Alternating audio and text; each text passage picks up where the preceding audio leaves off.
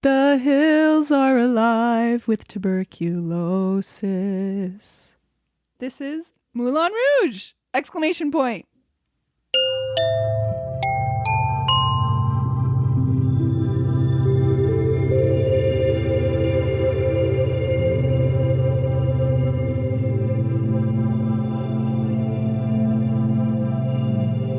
Hey everyone! Hey, welcome to Seen and Heard. This is the podcast where two entertainment assistants go through the Sight and Sound Top 100 Greatest Films of All Time list. Normally, that's not what we'll be doing today because we have a very special episode for today. This is part of our personal print series where we go off the Sight and Sound list to explore films that are personal to us, that films that we love, films that are formative. Films we would die for. But we would fall on the sword for.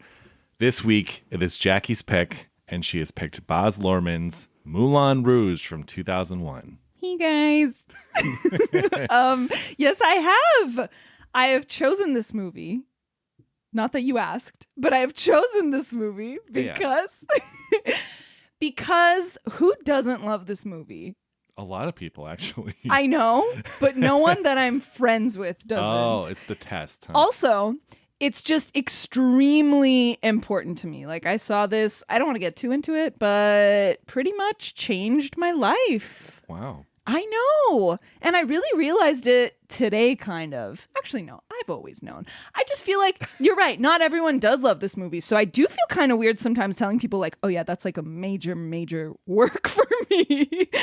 But yeah. Yeah. Cool. Well, should we get right into it? We have a lot to cover, so let's do it. Let's do it. This is Moulin Rouge from 2001.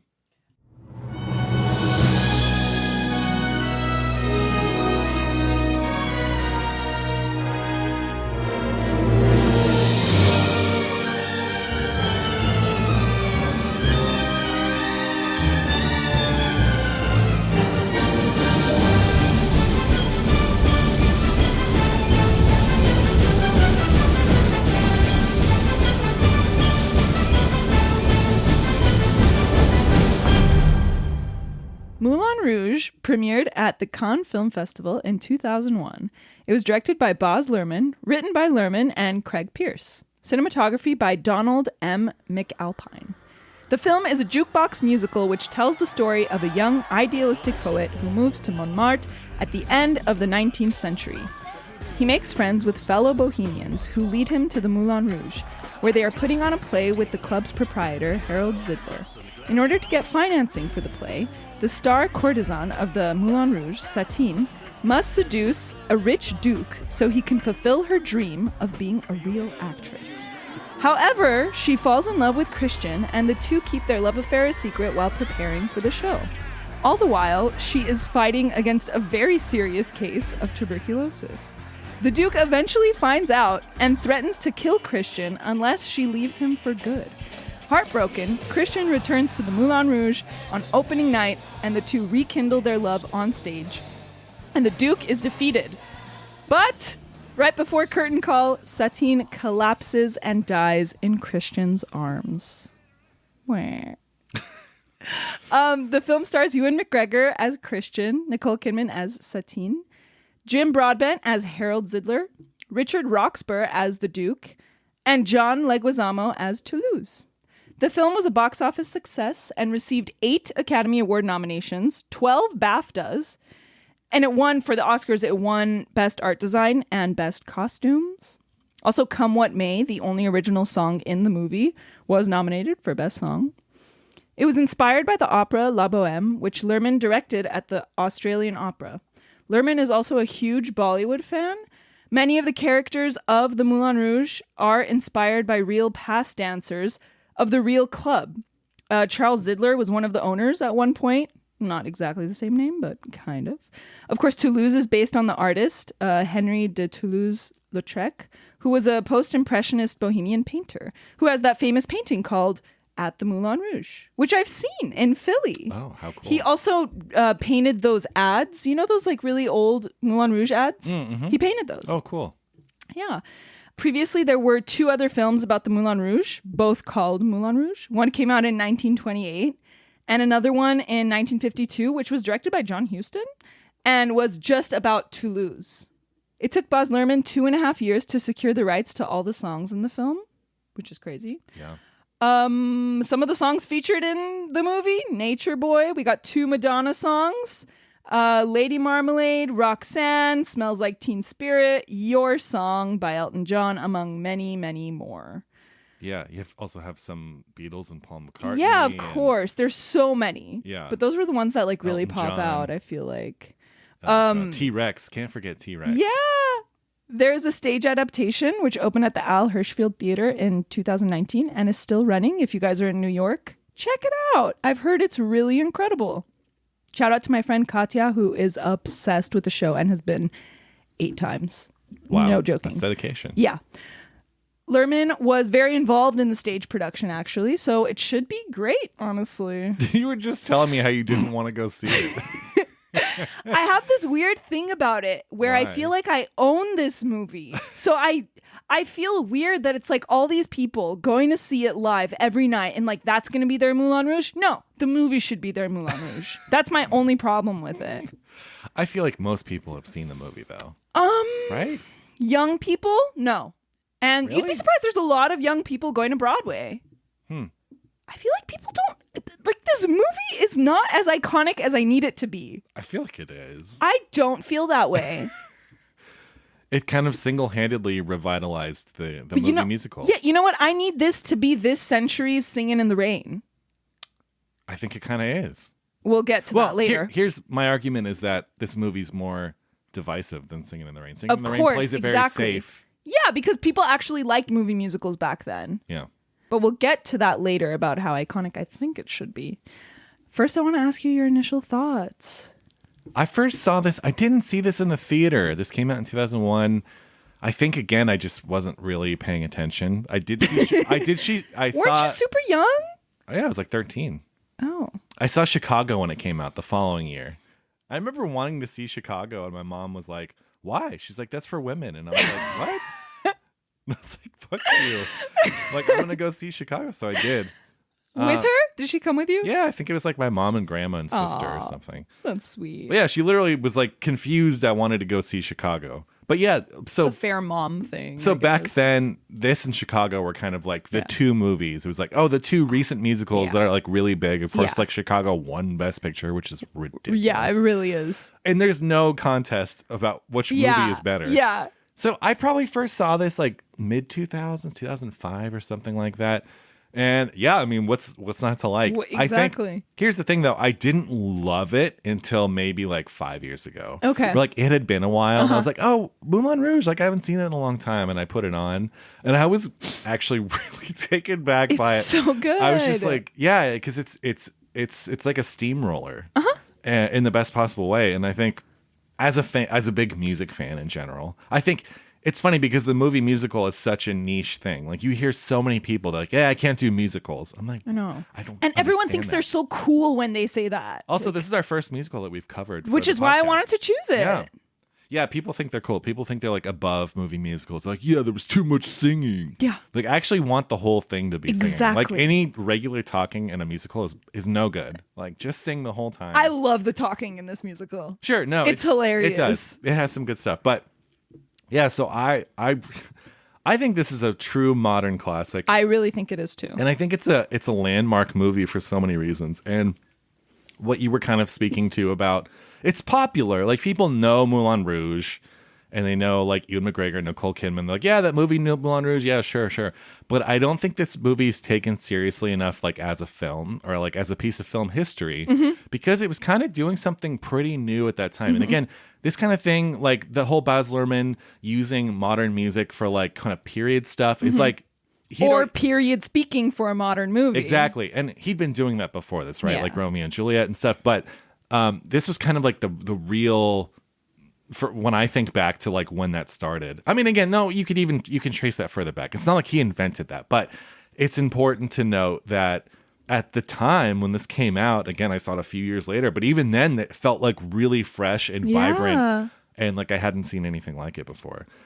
As a big musical fan, I adore movie musicals. This is up there for me. Yeah. And I think the way that he brings it all together, the spectacle of it, the sheer spectacle, the raw emotion that's on display and just like the visual sort of panache that he has, like this flair is like, it's pretty next level. And he's one of those guys that like, I'm always rooting for him, but he has yet to like really top this or even like come close to this. It's easily the best. He's never even really come close. I still see like everything he does because he's still interesting. Yeah. And his films, no one of his films has been like universally praised because he's just, which is cool. He's so heightened. Yeah. No, that's what I like about him. But, like people hate his Romeo and Juliet. People hated his Great Gatsby. I haven't seen, we should say that at the time of recording, his Elvis movie is out in theaters. I think it came out a week or two ago. Yeah. But neither of us have seen it at this point, so we can't comment on it. We should. We'll go and then we'll comment in a future episode about what we thought about the movie. So anyway, to condense this down, there's a film critic, Mark Cousins. He has a documentary called The Story of Film, An Odyssey. Have you seen that? No. So it was a book first, and then he made it into a documentary. It's like a 10-hour sprawling history of cinema that goes back to the very beginning. This is really cool. So I saw it probably close to 10 years ago. And he finishes the documentary that literally starts at the beginning of cinema. Yeah. He finishes on Moulin Rouge. I love that. And he literally says, like, this is an amalgamation of everything that came before it. This is a celebration of film as an art form, everything it can do. It's like, it's just this like potpourri. It's a cornucopia of just like film as a celebration. Yes. And it's true. There's Bollywood. There's silent film. There's opera. Lots of Georges Méliès in this. Opera. Everything. Nirvana, Madonna. Everything is in this movie. Offenbach. It's like, so I totally agree with him. And I think that this movie is an important step in the evolution of film.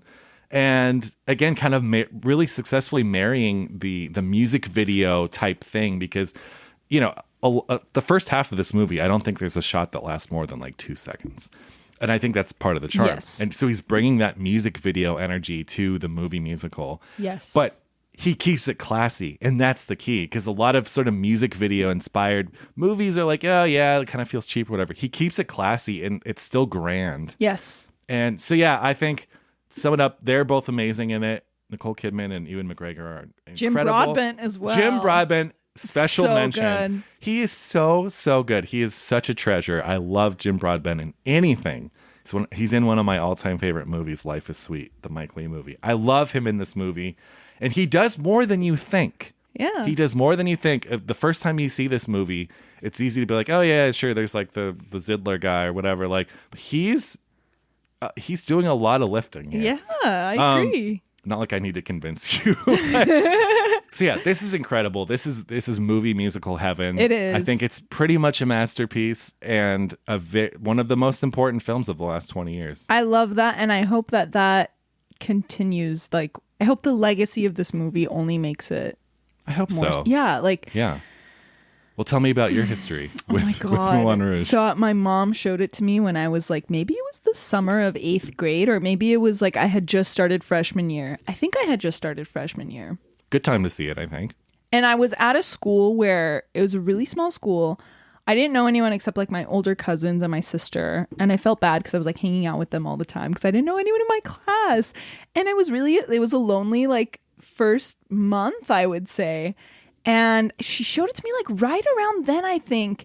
And it just electrified me, if that makes sense. I came home from school and I watched it every single day for a month. Like, legitimately. I'm not kidding. And like kids do that, right? Like kids pick a movie and they watch it. But that was my movie. And I've been in love with it ever since. The love has never faded. It has never changed. It has only gotten stronger. It launched my deep affection for Ewan McGregor. Deep. Like, he was the only celebrity I wanted for the whole year after I saw this, maybe more. And I had never seen the Star Wars prequels. Then consider yourself one of the lucky few. And after Moulin Rouge, I'm like, Ewan's in this. I got to watch these. And that's what led me to the Star Wars prequels. It was really interesting. It's like before this movie, I knew I loved movies. I knew I loved musicals and I knew I loved theater. But until this movie, I don't think I realized how much. I didn't realize that it wasn't just like a passing fancy or like an obsession, like a casual obsession. Like I sat down and I'm like, maybe this means something. Like it was the first time that I actually thought like I want to be a part of that. I feel like, of course, I didn't pursue it for a very long time. It took seeing many other movies, but like, I feel like Moulin Rouge was the first one where I noticed Moulin Rouge myself. Was the first film you saw like as a film, like as a piece of art. Maybe, honestly, because like, cool. yeah, what was I watching before 8th grade? Disney Channel. Well, you know, lots of great, as we talked on a previous episode. Children's great, movies, like, family Babe. Movies. Yeah, sure, yeah. Babe and Shrek. The Rescuers. The Rescuers is so good. It's so good. And another thing, like from the start, because Sound of Music has always been my safe, like favorite movie, especially when I was younger. Now that I'm older, obviously it's more of like a quote favorite movie. But when I saw it, I was so sure that was my favorite movie. I was so sure like Sound of Music was my favorite movie. So when it opens and the first thing you hear is the theme from Sound of Music, that was it for me. That was it for me. You. And then when Ewan sings it, when he is standing in for the narcoleptic Argentinian and he sings "The Hills Are Alive." With the strings that come in. Yeah.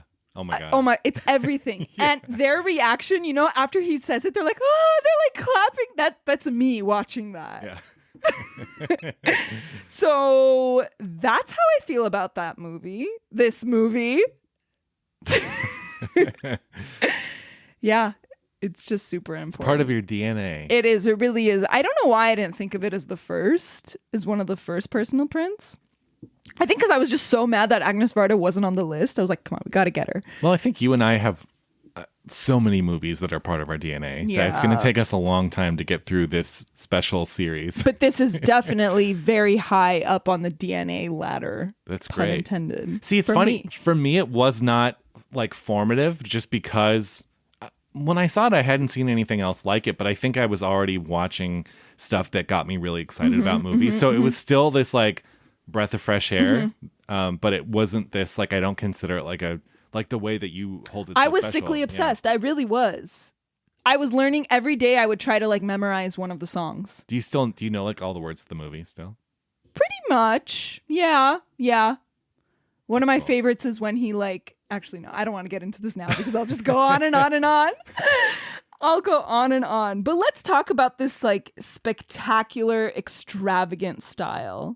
The operatic style of all of this. Spectacular. It's such a cliche, but this is a sumptuous feast of a movie. Like it is just like you sit at the table and you get served portion after portion, course after generous course. Helpings. Yeah, exactly. You know, it's funny. When I first moved to LA, I had a job doing video advertising for a vintage furniture store on Sunset Boulevard. Yeah, I think you told me about this. And the first ever assignment I had was this French chandelier.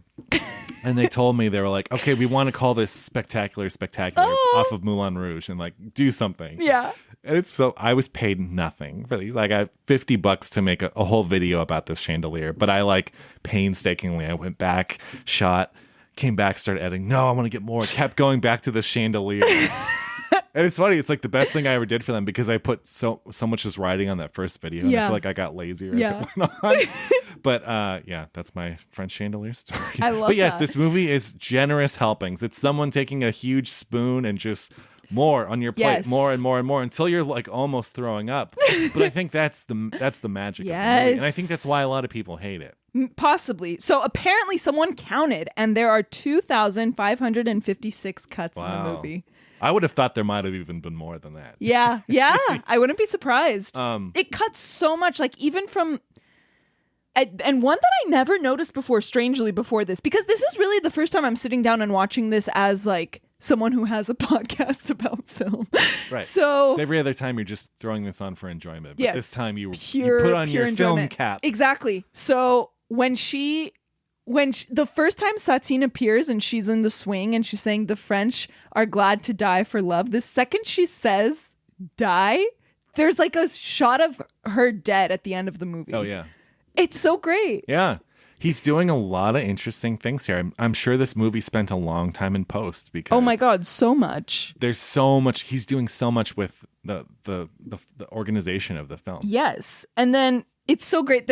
I think there's a line that perfectly sums it up. So when they're explaining to the Duke, it's right before the song Spectacular, Spectacular, like their pitch, and they're explaining this can that's gonna appear in the play, but it's the movie. Ready? Yeah. It is an erotic spectacle scene that captures the thrusting, vibrant, wild bohemian spirit that the whole production embodies. Yep. That's the movie. It's the movie, yeah. But what's so great about it, and I think this is the key to it, and I think this is why maybe none of Baz Luhrmann's other movies have come close to me, like close to as good as this. It's because not a single person in this cast is afraid to be silly. Not a single person. Well, they're all... Yes. What do you mean? No, it's completely true, and I think to some people's detriment, to be completely honest. Who? I think... The Duke? No. He's perfect. With all love, I have nothing against him. I like John Leguizamo, but I think, what the fuck is he doing in this movie? Like, what? Toulouse? Like, what is he doing? He's funny. What is the voice he's putting on, and the fact that he's like a small person. Well, okay, so Toulouse, the real Toulouse, had broken his legs when he was young, and he was I don't know what happened, but he was forever shortened because of it. So like he's based on the real Toulouse. Yeah, I guess. But what's the voice he's doing with like this part lisp, part weird, like yeah. weird like wannabe European sounding accent? I love him. I don't know. It's so funny because for me, like the Duke, Richard Roxburgh, right? Yeah, Roxburgh. He's perfect. Like that's a cartoon character, Yeah. but he's playing it right on the line. Yeah. Whereas John Leguizamo goes over because you're like, what the fuck is this voice? I guess. I think he's the one person that I think is a little too ridiculous in the movie. But you get what I mean, right? You have to have that to make this kind of ridiculously scoped movie work. Yeah. Like, no, I love the fact that Satine, like, she's never, like, yes, she's very sexy when she's like dancing, whatever, but both of the seduction scenes are hilarious. It's like screwball comedy. It's so it's like Katharine Hepburn funny. When she's on the floor and she's growling and she puts the blanket over her head poetry. And he's looking at her like, what the fuck is wrong with you? It's gold. You know what that demonstrates? It demonstrates a total confidence in the director. Yes. Because again, both of them were huge stars at the time. Ewan was on this big upswing. Yes. And they must have really trusted Baz to go there because you must feel so foolish doing that stuff on a set. I know. I'm thinking about like Jim Broadbent going like woo and like all this ridiculous yeah. Or like the way he like turns around in circles like around the Duke or something. Oh my god! It's at one point they're just jumping. They're just jumping. It's spectacular. They're just jumping in front of him. I'm sure so exciting. Like yeah. So funny. What about with her robe? She's like whoa, whoa. It's a cartoon. Yeah. It's brilliant. Yeah. And that's why it works so well. Okay, I love all of Zidler's nicknames for her. I wrote them all down. I've never written them down. Are you ready? Yeah, let's hear it. They're so good. Okay. I was keeping track. Gosling, chickpea, duckling, my little strawberry, sparrow, cherub, poppet, and pumpkin. Every time it's a different name, right? That's great. I love that. I love when he's like, everything's going so well. It's just, it's I don't know. It's too much. It's too much to handle. I think Gatsby takes itself way too seriously. I think like they had this American novel and they're like, okay, this is like the American novel and we have to all be like very serious. And I think that's maybe one of the problems. I like Gatsby. I actually like it. But I feel like that's one of the main issues. And I didn't realize till I was watching Moulin Rouge today. I'm like, wow, like they're all so okay being silly. Well, yeah. Okay. I know what you're saying. I think Baz Luhrmann's movies tend to have the first half of the film is very frantic. It's very cartoonish. All of his movies, every single one I've seen, Romeo and Juliet, all of them. Mm-hmm. And then the second half of the movie slows down and it becomes more somber. And all of them, they get more serious. They get tragic. Yeah. I think the difference between this and Gatsby, because Gatsby still has that first half that's like popping off and cartoonish and stuff. Are you talking about how like Leo is? Yeah, I think so. But you know what? I think... And Tobey Maguire. Well, I just don't like Tobey Maguire, but...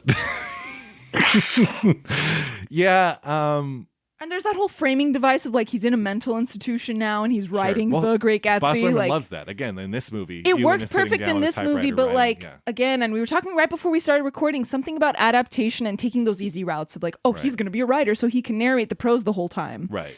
I don't know. I don't want to bash on Gatsby. No. Gatsby. I just realized today yeah. that that's probably why it doesn't work as well for me.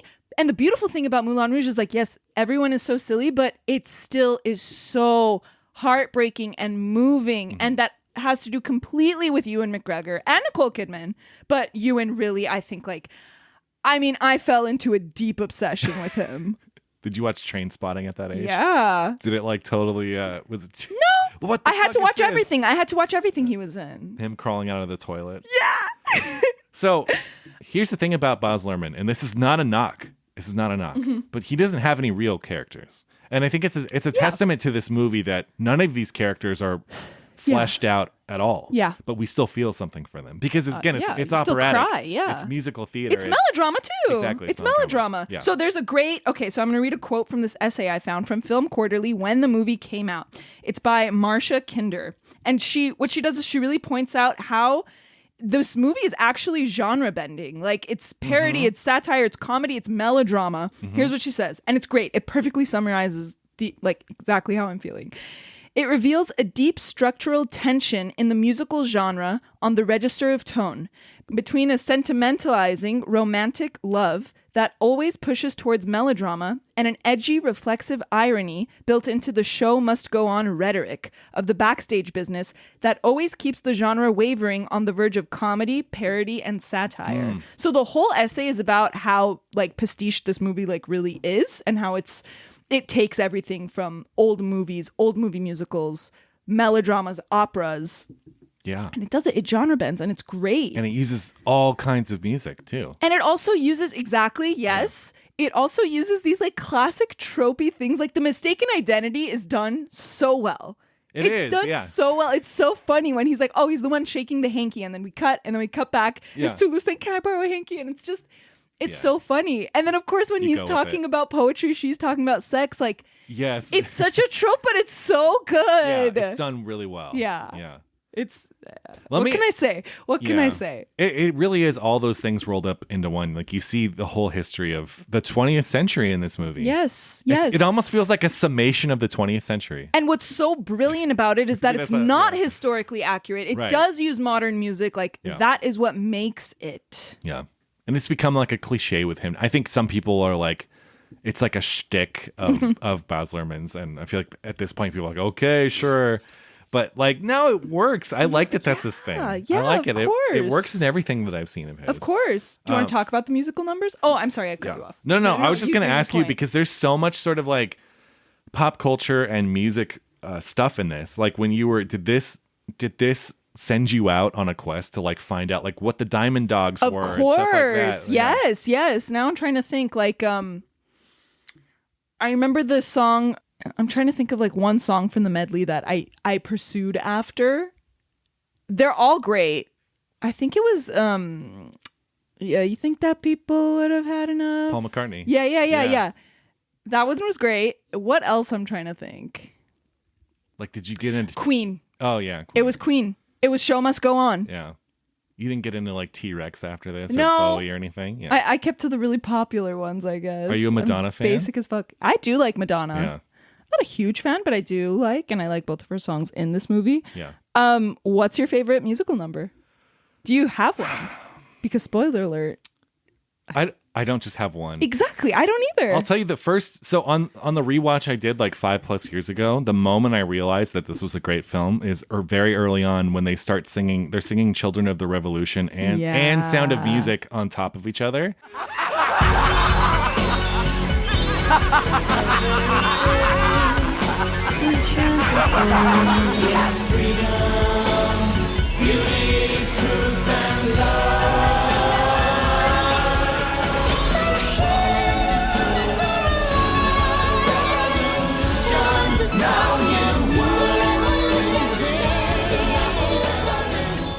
Yeah. And I was like, the fact that they have Rodgers and Hammerstein and T-Rex next to each other, Yeah. working at the same time. I was like, this is fucking great. It really is. It really is. I don't think I have like a specific one, but I do love the Roxanne number. Roxanne used to be my favorite, but now I don't think I have a favorite. And I love Ewan's part in Roxanne. Yeah. Should we hear a snippet? Maybe Let's I feel like do since it. we're talking about it. We're talking about music. Yeah. Let's do it. When Ewan comes in, here it is. What? Yeah.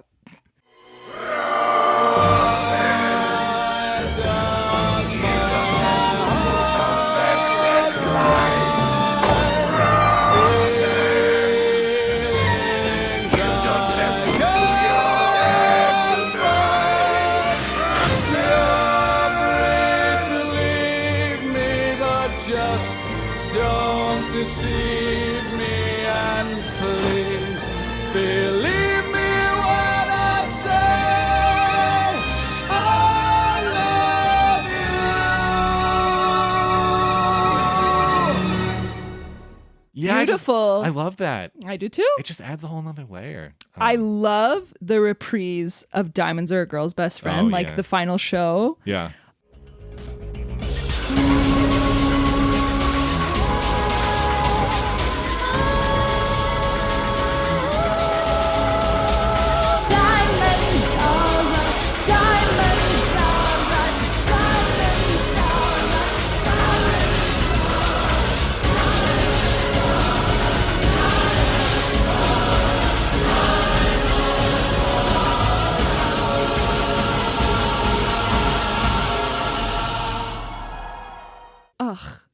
One of my favorite moments is when she is singing that song and she like coughs for 1 second, but then she just goes like, phew, and she's like in position again.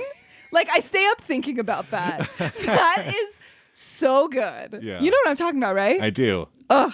It's funny. We were talking a little bit off mic about this, about how the depiction of tuberculosis in this film is So glamorous. it's very storybook. These like very dainty coughs yeah. with a little bit of blood on the thing, and then she's fine. You just pour a few drops of whatever substance is in that little vial and you're good to go. Yeah, But- it's funny. Compare that to Dustin Hoffman as Ratso Rizzo in Midnight Cowboy. Yeah, which is yeah. like the two opposite ends of the spectrum I as far know. as tuberculosis goes. And it also helps that she's always wearing red lipstick. Yeah. Because it's just such a nice touch and her skin is so white. This is also in her career. This is just after like Eyes Wide Shut and stuff. This is just as her and Tom Cruise had like broken up. She got nominated for an Oscar for this movie. Yeah, you know what? She's really good in it. She really Yeah. is. Yeah, can we just talk about the fact that the Argentinian guy comes out of nowhere and floors us with the most iconic number of the whole movie? Yeah. Well, you Like, know the whole movie. He's saving us It's for building. something. It's yeah. so good. I love it. Let's talk about like the movie musical a little bit. So Okay. my number one problem with movie musicals is that they don't use the medium. Okay, they don't take Yes. the advantage of what film can do. Yes. Editing, production design.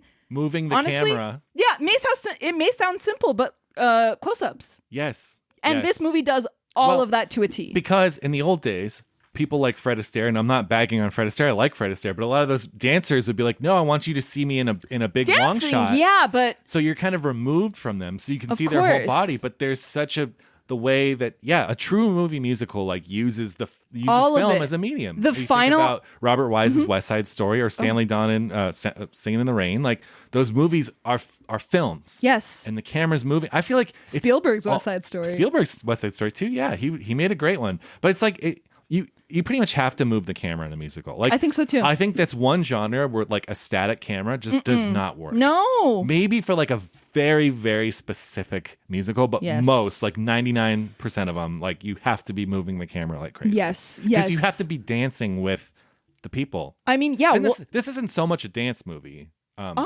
They're can dancers. No, there's some, but it's not like It's not, you're you right. don't think of it like as a dance No, film. it's not like Chicago. Yeah, it's not like Chicago or, a Gene Kelly musical or something. Yeah, of but, course. But it's still, you have to move. It's music. And I Yeah. think the biggest blunders of movie musicals are made by people who don't understand musicals and literally just they feel awkward and stilted, and you can tell they don't know how to shoot music. Yes. Yeah.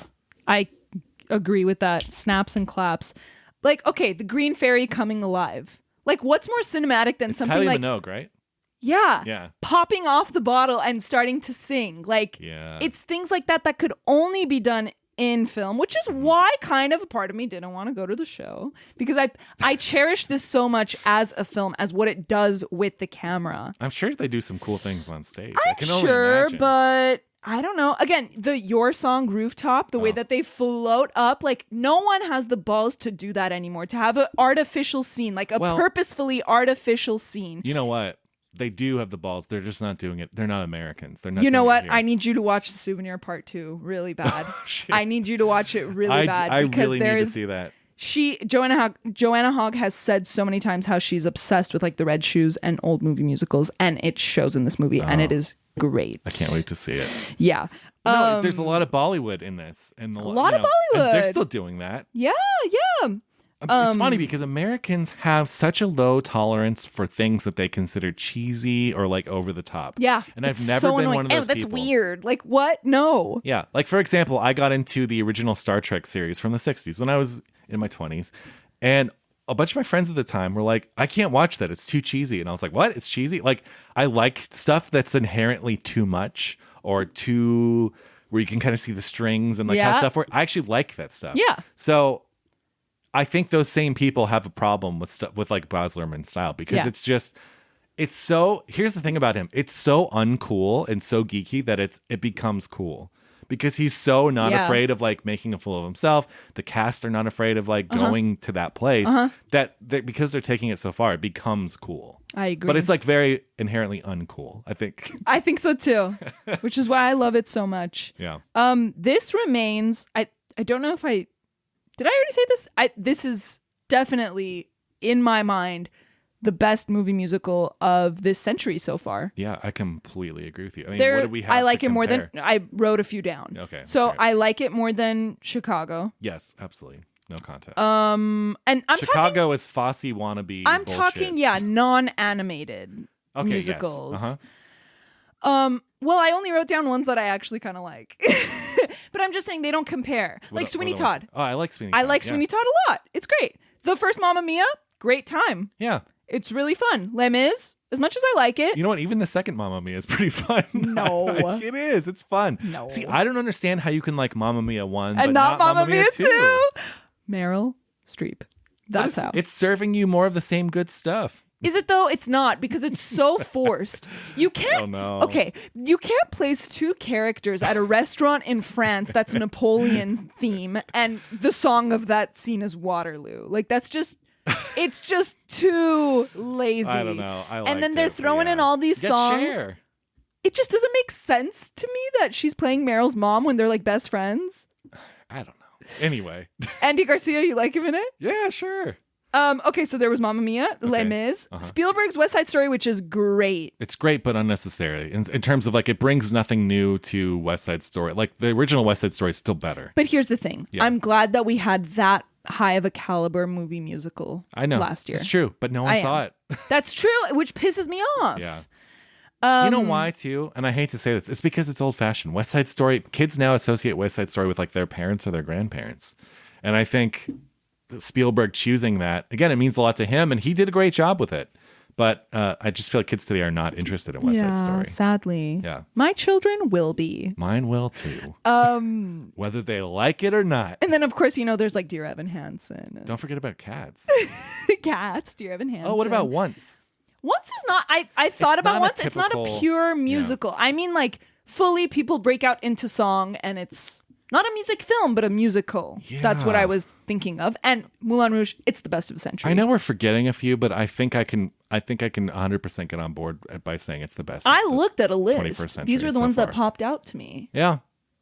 Yeah, that sounds about right. I do like, you know what my second favorite might be? Les Mis? Oh, yeah.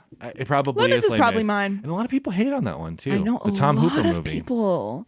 And then 3 would be, I think, Sweeney Todd, actually. Sweeney Todd's great. Actually, I think he did a great job with that. Oh, let's not forget 9, the Rob Marshall musical. I didn't see it. That is 8.5. Yeah. What else is there? I think In the Heights, which came out recently. Tick, Tick, Boom. Like, I'm not a Lin-Manuel fan. I know you're not. You got to change that. What about the movie version of The Last 5 Years? I was going to talk about that. I was going to talk about it. No, it's good. I like it. I like hate it. the It's music good. from that. You suck because it's great. It's one of my garbage. favorite musicals, and the movie is not bad. I haven't seen it. I just know the music, and I hate the music. It's so good. What's not to like? can't stand it. Why? You know Because it what? doesn't have a chorus. Oh, Hey, I like Les Mis. I like Cats. Here's the thing. They need to make Waitress into a movie. Well, I know it was a movie first, but they need That's to a make good one. the musical, because I actually really like the Sarah Bareilles the music for that. it's great. Yeah. Great music. Yeah. I'm worried about Wicked. Not gonna lie. I'm not a big Wicked fan. I don't I know love the you're music not. from Wicked. I didn't grow up with it though. That's true. It came about and I was already like a late teen. I was like, what is this horse shit? Into the Woods came out a few years ago, Oh, I but it didn't wasn't good. see that. It was not good. Wasn't good? No. And I love Into the Woods. I love it. Sondheim, right? Yeah. Yeah. You know what would be fantastic? And I'm going to speak this into existence. Actually, I don't want to because I want to make this movie. Can You heard whisper it here first. Sunday in the Park with George. I don't even know what that is. It's a Sondheim musical and it is beautiful. It's just about like the life of an artist. And not just, it is about the guy. You can't relate to that at all, can you? It's so good. It's beautiful. It's so simple and lovely. It'll be good one day. Someday. Yes. Okay. So yeah, operas, melodramas, old movies, musicals, pop music. You have the opening that just reminds you of an old musical or like going to a movie house, like a 'cause movie the palace. curtains are there and there's a the conductor. curtains open. The Georges Méliès Moon is Yep. just There's so a good. lot of Georges Méliès stuff in this, from like the fairy is kind of Georges Méliès, and a lot of the very whimsical touches, I feel like. All of the the big like set pieces, I feel like, not set pieces, the what's the word I'm looking for? Like matte paintings, I guess. Oh yeah, uh-huh. Yeah. Well, here's the thing too, because I was looking at Letterboxd. I think this movie, like most Baz Luhrmann stuff, there's a lot of computer generated imagery for backgrounds and stuff. And I saw in Letterboxd that someone's like, this movie looks like a DVD menu.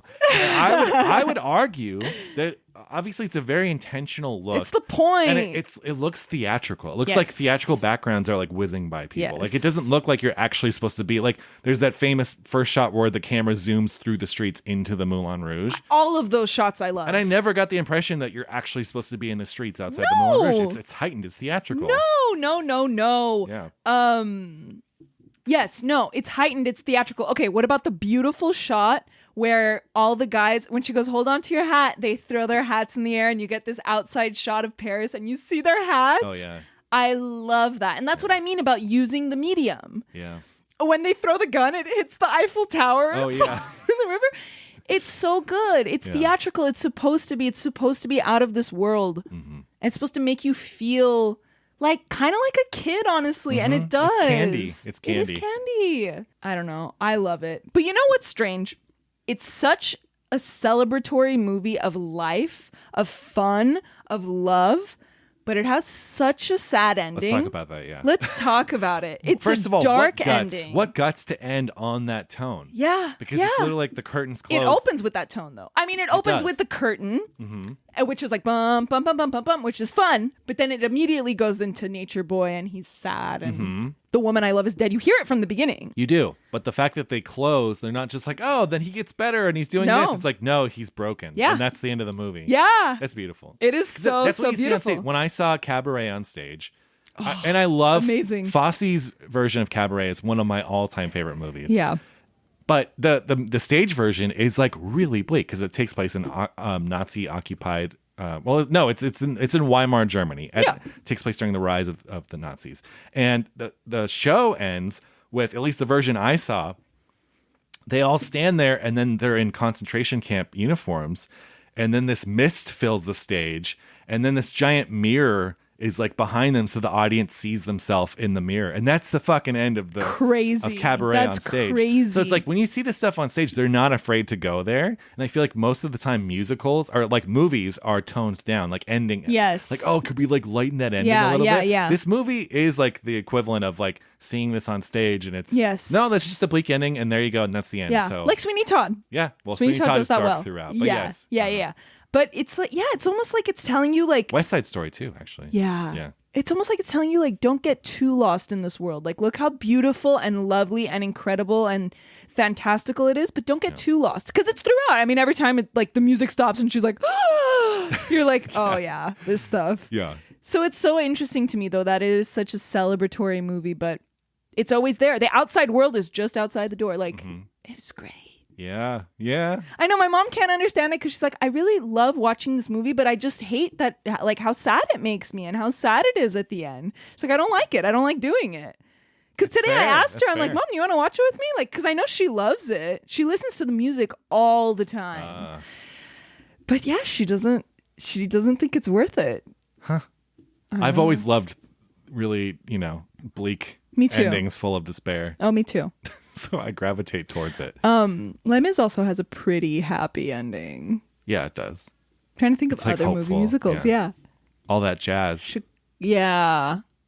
Yeah. That's pretty bleak. That is the bleakest. That is the bleakest. But again, it's so celebratory and like fun. Yeah. That's the key, I think. Yeah. Yeah, I think so too. What's your number one favorite musical? If you just had to pick, was it Sound of Music? I have one. Movie musical? Yeah. Someone puts a gun to your head. Movie musical, go. Just one. Fuck.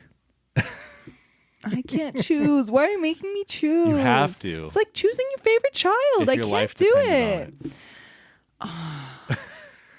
on it. I'd say like just for legacy reasons, I guess Sound of Music. Nice. That's a good one. What about you, Cabaret? I think it's Singing in the Rain. Honestly, it's so close for me with Sound of Music and Singing in the Rain. And like I said, it's just legacy reasons. It's because I saw Sound of Music when I was really little, and it's like my grandparents' favorite movie. Singing in the Rain is to me what Sound of Music Moulin Rouge is to you. It's okay. Like I saw it at the perfect time, and it was Okay. just like it blew my mind. Okay. But yeah, Cabaret's close. All the jazz is also close. But Jazz is good. I think the difference is I watched Singing in the Rain way more Yeah. because it's It more makes a difference. uplifting. Yeah. Even knowing, it's a sunny, happy movie, but Gene Kelly was kind of an asshole behind scenes and was terrible to Debbie Reynolds and stuff. But So that sad. stuff just kind of. Why'd you tell me that? I didn't know that. Oh, you didn't know that? No. You made her cry and What? Yeah, she was like crying under How a piano or something like dare that. he? He was apparently kind of a dick because he's a perfectionist. How could you be mean to Debbie Reynolds? There are so many people you could be mean to. There, like I just can't fathom being mean to her. It's crazy too. Because she was like 17 in that movie, and she had to take the bus to set. Like they didn't even send a car for her. Well, that just She's shows like one of the 3 leads of Singing in the how Rain. horrible the studio system was. It was terrible, yeah. And she was nobody at the time, so of course they just made her take the bus. And then Gene Kelly poor harassed her all day dicks. and yelled at her. And Don't tell me this. Don't tell me this. I don't want to hear it. I don't want to hear it. But my point was, even with the darkness under the surface, when Singing in the Rain is up there on the big screen, you kind of it's easy to forget some of that stuff. Yeah. I guess, which is why I watch it more than Cabaret. But I fucking love Cabaret. I love Cabaret too. I think Singing in the Rain and Cabaret are like the two opposite ends of the spectrum, and they're both like the masterpieces of like that kind of movie. But hot take, I know these little scene movies called Cabaret and Singing in the Rain.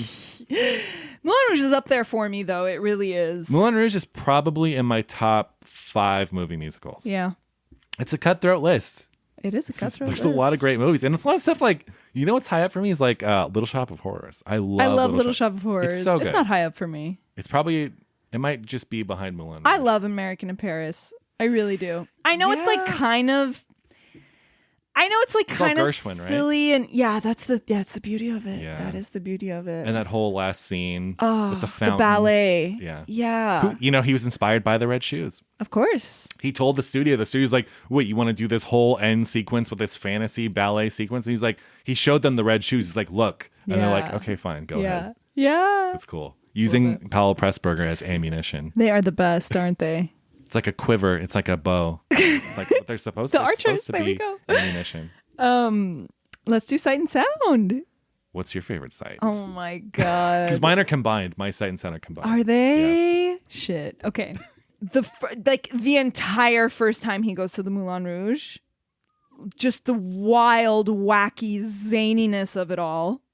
Like literally, and I love how it's like such a diverse mix of people. There's like a mermaid, there's a snake charmer, and then it's like a diverse group of people like dancing, and a lot of them look like they're trans, and a lot of them are like diverse in age too. Yeah. And then it's like you have them, and then you have all these white guys in top hats. Yeah. And it's just such an interesting, like, I don't know, dichotomy. Yeah. It really is. So like all of that, but also just wait. You're saying all of that is your favorite site? You cannot. No. I have so many. Okay, all right. When Satina is on her swing and she's like swinging over them. Yeah. Come on. You know what that reminds me of? Do you remember the Country Bear Jamboree? I don't remember it that well, honestly. So there was the bear, the Mrs. Bear in the Country Bear Jamboree was on a swing just like that and kind of like went over the audience a little bit. I remember. Every time I see that in Moulin Rouge, I'm like, Country Bear Jamboree. Everything has to be brought back to Disneyland. Everything. Every single movie. Okay. Another tied one for favorite scene. Okay. So it's after he's just saying your song to her and they're back in the elephant and he dips her and they're framed in the window. That's a heart. Oh yeah. Come on. Nice. And Toulouse is like creeping in. Yeah. It's so beautiful. Only two more, I promise. Two more. There's when it's during Show Must Go On.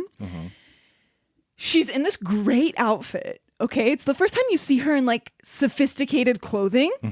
She's got this veil on her face, and it's the end of the song, and she's about to walk out of the theater, and she's looking down so you don't see her face, and she looks up, and her eyes are red because she's been crying. Oh yeah, beautiful, beautiful.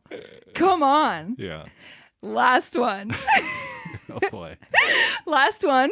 It's during the final performance. It's just as Zidler like puts his arms on her and says, "She's mine," and it's like blue. Oh yeah. And everyone's arms are outstretched, and there's got to be like at least 50 people on this stage with their arms outstretched, and it is gorgeous. And exactly the moment you're talking about. It's gorgeous. Nice. I think that's it for my favorite site. My honorable mention for sight is I like because so much of this movie's so it's on a tripod or it's moving smoothly. So a lot of the camera work is very fluid. But I love a scene when they're rehearsing and Ewan and Nicole are like they leave and there's handheld. A scene where it's handheld and they're kissing and it's like down a hallway a little bit. Love that shot. It's so good. But my favorite, this has always been my favorite, and I pull this scene up all the time and like just watch this scene because I love it so much and it's always in my head. So it's my favorite sight and sound, and it's at the end of the Elephant Medley, just as they're finishing up "Heroes" by David Bowie. They go into "I Will Always Love You." That's my favorite sound. Let's hear. Let's take a listen. Well, this is a shared sound, but for me, it's the sight too because it is beautiful. Behind the camera starts doing this Brian De Palma like circle around them, and there's fireworks right when the song comes in. Yeah, let's hear it.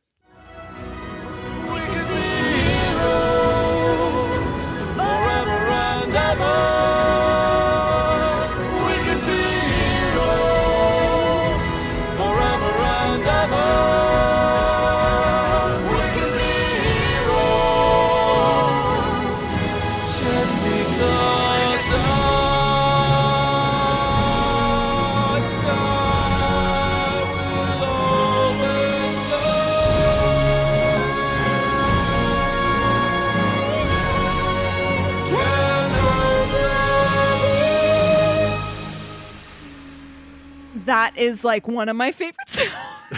One of your favorite sounds? I have two more. Can we play them? Oh boy, yeah. They're great. I promise they're great, okay? Also, just shout out to Dolly. Let's just say that. To who? Dolly. Pardon? Yeah. Because of "I Will Always Love You"? Yeah. Yeah. I always think of Whitney. Oh. I really do. It's not her song. I know, but it's I know. Whitney. Whitney has a great. It's Whitney. She has a great version. I know. Okay, so the first time he sings "The Hills Are Alive," that's when the movie starts for me. Like it's like, what? Can we play it? Yeah, let's listen. The hills are alive with the sound of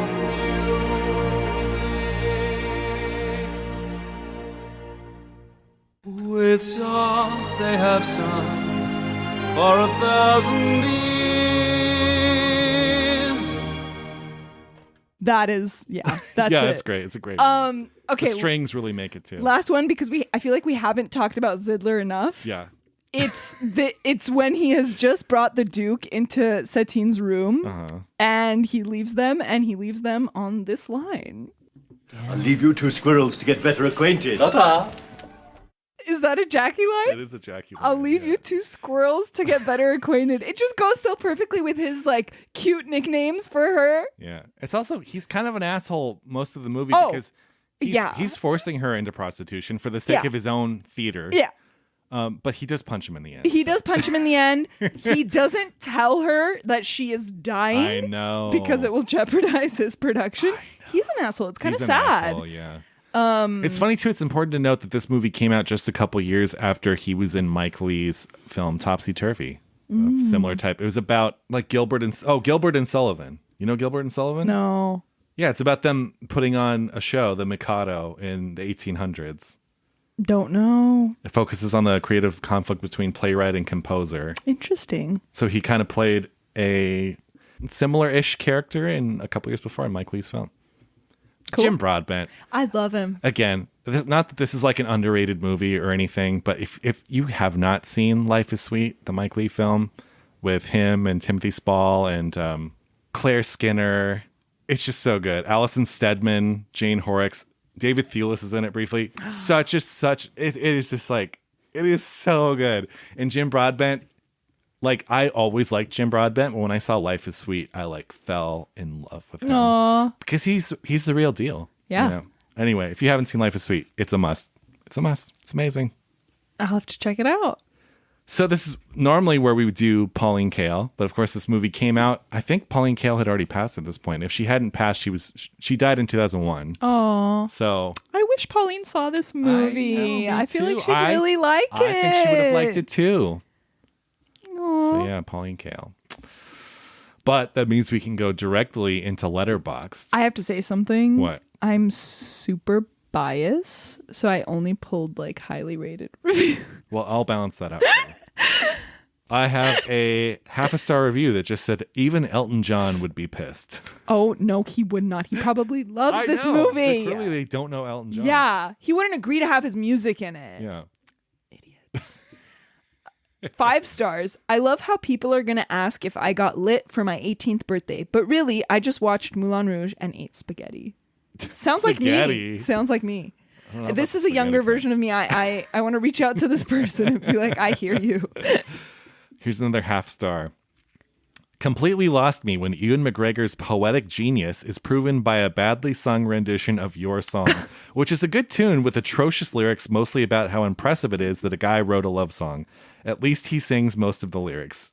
Then they say the other 100-ish minute medley of stuff Luhrmann and Pierce heard on the radio and saw at the opera from expensive seats may have permanently scarred my psyche. And then they go on to say, like, I was repulsed by the cloying desperation to entertain, the all-surface aesthetic buffet, the unspeaking black character named Chocolat, who exists solely to save Nicole Kidman, the fucking songs. For this movie, an appropriate and enhancing context might be a firing squad. Oh my God. 5 stars. It's over, Anakin. I can reach the high notes. Oh, God. That one's cheap. Here's another one. 5 stars. Ewan McGregor is the only man I've ever loved and I want to die in his arms. That's you. You just wrote that. I did. I have another half star for you. This entire movie and musical is an abomination to the musical theater world. Oh my God. Besides what they've done with the Tango Roxanne, I can't listen to any of the score without scratching my head and thinking, whoever thought this fit and sounded good? The actors can't sing, have no chemistry, overact, and fail to make anything feel genuine. Yeah, that's the point. Duh. And let's not even start... I don't think that there's no chemistry. I think there is chemistry. Yeah, oh, absolutely chemistry. And not even start on the ridiculous way illness and serious conflict is portrayed. Illness, yeah. I don't know why I'm laughing. Okay, this is my last one. And it's 1 star. Be proud of me. 1 star. Baz Luhrmann is the only director in Hollywood with the courage to ask the question, what if Fellini sucked? I don't see that at all. Oh, no. I think Fellini would have liked this movie. Oh, for sure. Yes. So garish in the best way. I am really hoping, I'm going to Elvis with an open mind. I don't like Elvis the person, so I guess I'm kind of not really going with an open mind. I'm excited to see it. I'm excited Yeah, to see it. we should go and we'll report back. Yeah.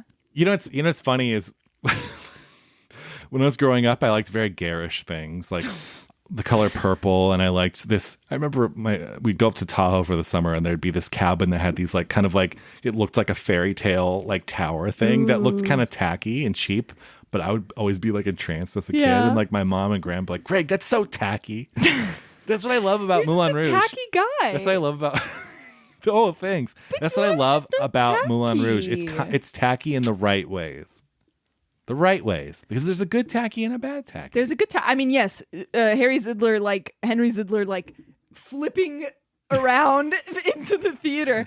But I love all those shots where it's like super deep. It goes like the doors open, you go in super deep, and then sometimes you come out and it's magic. Yeah. It is magic. I think Jim Broadbent would have made a good Baron in Dune. Oh yeah, yeah. Jim Broadbent in everything. Yeah. In David Lynch's Dune specifically. Well, that was Moulin Rouge, one of my favorite movies of all time. We did it. We did our first musical. And I'm so glad it was this Many one. more to come. Yes, as you can tell, we're big musical fans. Yeah, Singing in the Rain is on the list. Is it the only one? So yeah, that was Moulin Rouge. Spectacular is all I can say, really. Until next week, I'm Greg. I'm Jackie. And I hope you all have a great week. Bye.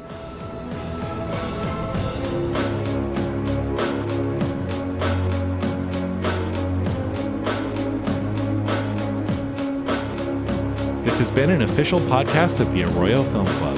Seen and Heard is Jacqueline Pistachian and Greg Kleinschmidt. Theme music by Andrew Cox.